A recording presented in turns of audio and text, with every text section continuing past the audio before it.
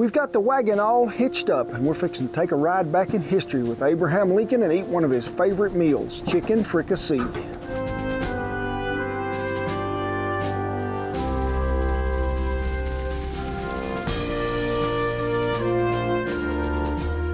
Middle of the 1860s and the Civil War is going on, trying to come to an end it is, and there's one man who is under an extreme amount of pressure, and that is President Abraham Lincoln. Long and tall and lean Abraham was, and he worked all the time, and he worried about trying to form a nation together that the North and the South got along. That was his goal. But this played a toll on him. He never hardly took any time to eat as he would go through the house there at the White House, but Mary Todd had figured this deal out, his little sweet wife. She said, we need to fix him something that makes him comfortable, one of his favorite dishes. So she would ask the White House staff to fix him what? Chicken fricassee. But he loved him some biscuits, he loved him some apple pie, and they would invite guests over because if she just fixed this for him and her, he wasn't still going to sit down and eat. So old Abraham had to sit down at that table when his guests arrived and he would eat. This was one of his favorite dishes and it's fast going to become one of yours too.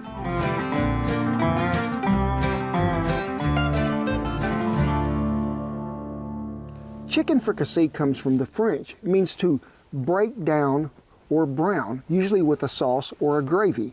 Now, traditionally they would have used a whole chicken, but today we're going to use a chicken thigh, skinless.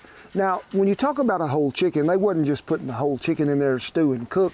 They were cutting it into legs, thighs, wings, breast, everything like that, and go ahead and putting it in there. But President Lincoln also liked for the White House staff at times to chop his chicken up to lay it in there to where it was more of a bite-sized piece. Today I'm using chicken thighs because I really think they're the best part of the chicken to bring about a bunch of flavor. Deboned and they have no skin on them.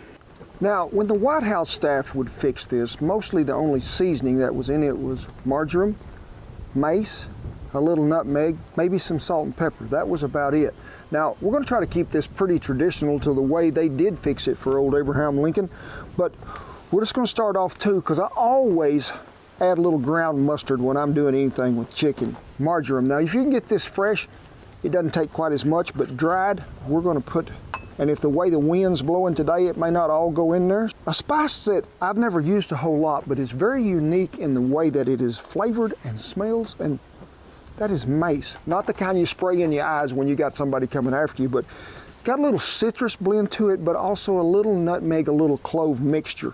Then we're going to add some coarse ground black pepper, some of our original seasoning, and I'm sure if Abe would have had it, he'd have told them to use it.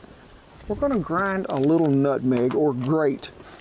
So now, why are you grating it instead of just using a powder? Powder. This is what they had. This is what they used, so I wanted to keep it pretty traditional to the way things were there. Ever smelled nutmeg after it was ground? It is so flavorful, it is. So we're going to put a little more in there, about a half of this. And I would say that was pretty close. Looky there, it's such beautiful artwork in there. So let's get our chicken back over here in place. We have got a Dutch oven on the stove that has got about a half a stick of butter in it, melting. Now, traditionally this was cooked with a skillet on a wood stove with a lid on top. But we're going to cook it in a Dutch oven there today. Did Abe have those gloves? I'm sure they had something called maybe hot water to wash the hands in after they washed the chicken. But you can see no skin, no bone in them thighs. And we're just going to sprinkle over the top of this.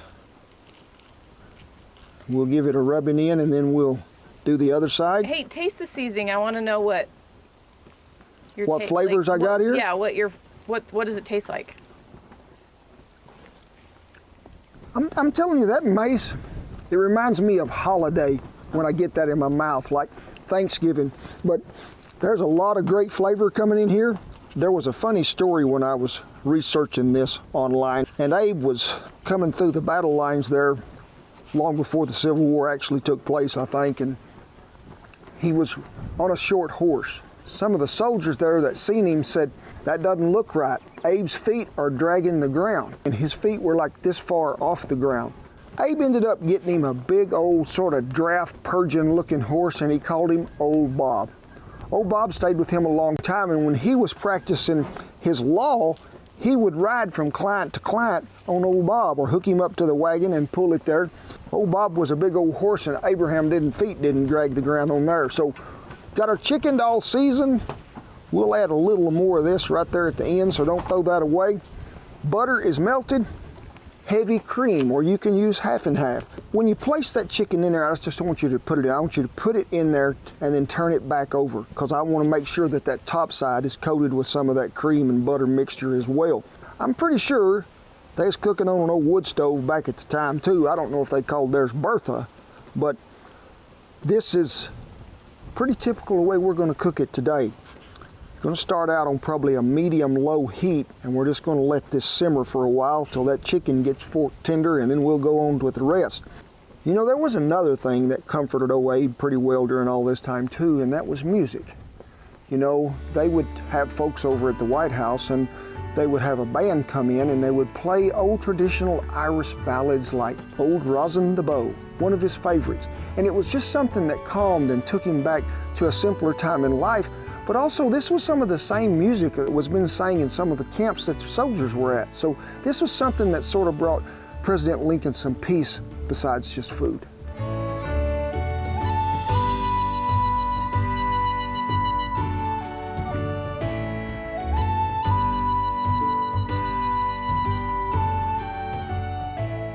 Now, we got this chicken sitting over here over about medium-low heat. Now, if you're doing this on a burner in the house, we're going to let all that just come to a simmer. You don't want to just keep that thing boiling. You don't want to scorch that milk. But we want to cook it probably 30 to 45 minutes until that chicken gets fork tender, and then we'll go on with the process. But you know, it wasn't just the love of food that me and Abe had a lot in common. We did. We both have split our share of wood. We have. I mean, I have swung that axe many times to split wood, whether I be on a ranch or trying to make kindling for old Bertha. But another thing that was near to my heart and dear to his heart too was a Studebaker wagon. Now, he had a Studebaker coach that he insisted he have one because of their durability and their comfort and their ease of ride when you were going down all them old rough streets that they had back in the time. And my wagon is, to me, is in the same purpose. You know, Studebaker's been in business for a long, long time.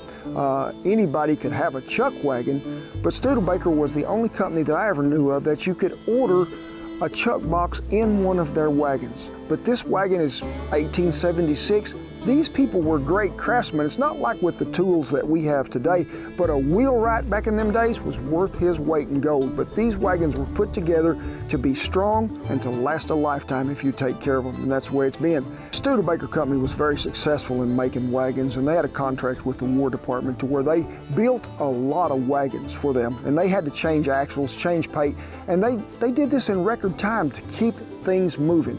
If it was good enough for old President Lincoln to have at the White House, it's sure good enough for me to feed cowboys out of. But you got to remember this too, folks. When they were going there, things of the Civil War were ending. Things were going to get better, and they were going to the theater. He took his last ride to Ford Theater in that Studebaker wagon.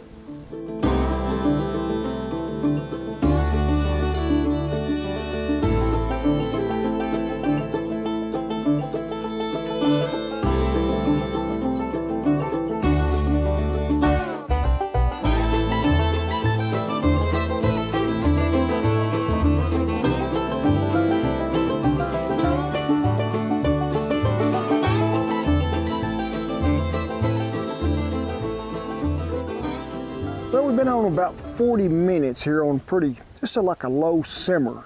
Used our chef's temp there, and we just probed some of that chicken. You want to be at least to 165 on this, you do. And then let's get it out of there, put it on a plate. We'll set it somewhere warm.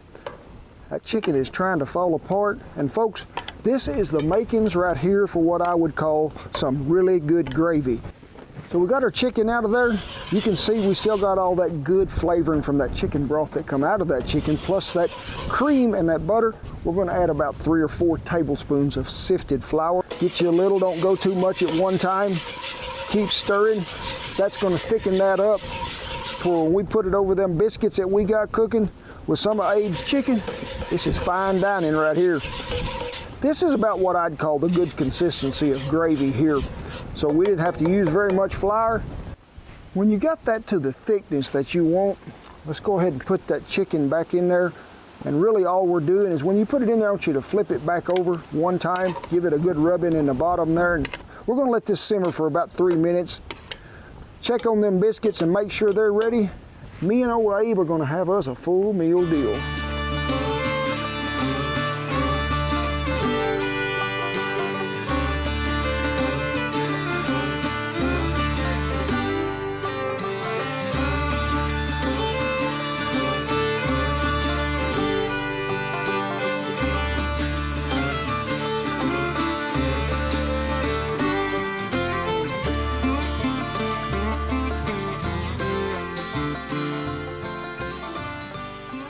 Well, I'm gonna tip my hat to Abe right off the bat and the White House staff that was fixing this for him, because it does look like a delectable dish to me.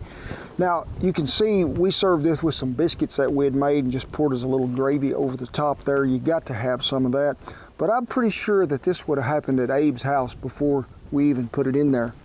We'd bless it a little. Our most gracious Heavenly Father, we thank you for this opportunity, and we thank you, Lord, for you helping us create the history that we get to look back. We just ask you to watch over us, guide and direct us, and thank you for this free country. Amen. So, Mage, I'm going to first try just a bite of the chicken. And that chicken... Wait, first of all, yes. Can you try the gravy? The gravy. Oh, I'm all about gravy. So we're just going to get us a little spoon right there, a little fork of that. Because I'm interested, like, with those spices, what is it? It's different than any gravy we ever made, and I've made gallons upon gallons of white gravy or brown gravy. But the mace and the nutmeg that's in there with the margarine, it just gives this sort of a savory taste that you think, I don't really know where this is coming. What is this? It's a bug? Yeah. Your taste buds are trying to figure it out as it gets back there to the back, and you think, savory?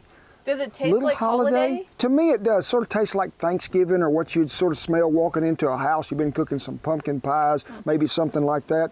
So let me just try a bite of this chicken, Mage, if that's all right. Oh my gosh. It's a lot easier than I thought it was going to be, because the name sounds fancy. Yeah, I mean, it's got a fancy name, and what have we always told you? You can't get full on fancy, you can't. But them chicken thighs have so much flavor. I mean, it is a delectable dish. I'm gonna have me a bite of biscuit.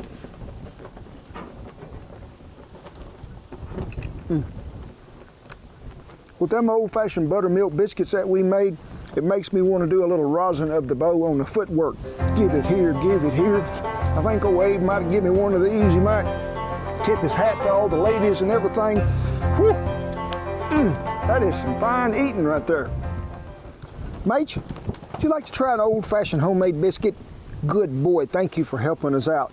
Folks, it is something I think we need to reiterate too about how fond President Lincoln was of that old horse Bob. When they had his funeral procession coming down the road, there was old Bob right behind that had a sort of a cape layered upon him there. He was a great horse, meant a lot to President Lincoln, he did.